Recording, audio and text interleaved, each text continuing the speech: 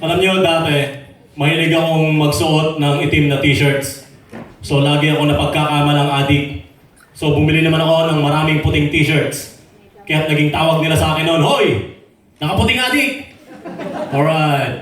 Woo! Pag ako'y nanonood sa studio ng Showtime o sa ASAP, napapansin ko, ang daming maganda ron.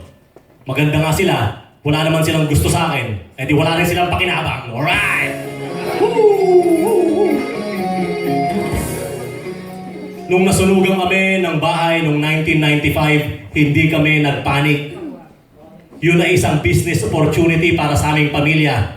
At natuto na rin kaming mag-repack ng uling. Alright! Woo! May dalawa akong natutunan sa loob ng bilangguan. Una, paano umilag sa saksak. At pangalawa, karamihan pala doon ay pabor sa same-sex marriage. Alright! Woo!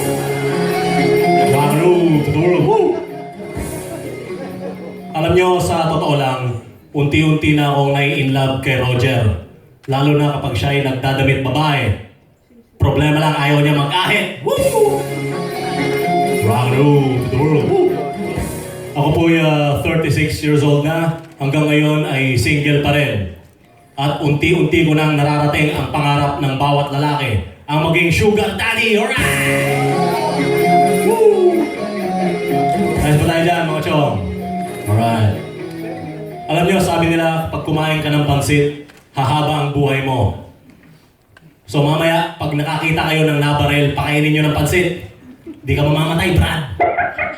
May pansit ako. Woo! So sa ospital, malamang itawag doon CPR. Cardio, pansit, resuscitation. Cardio, pansit, resuscitation. Dok, flatline pa rin. Natural, walang kalamansi. Alright. Woo! Rock and roll to the world.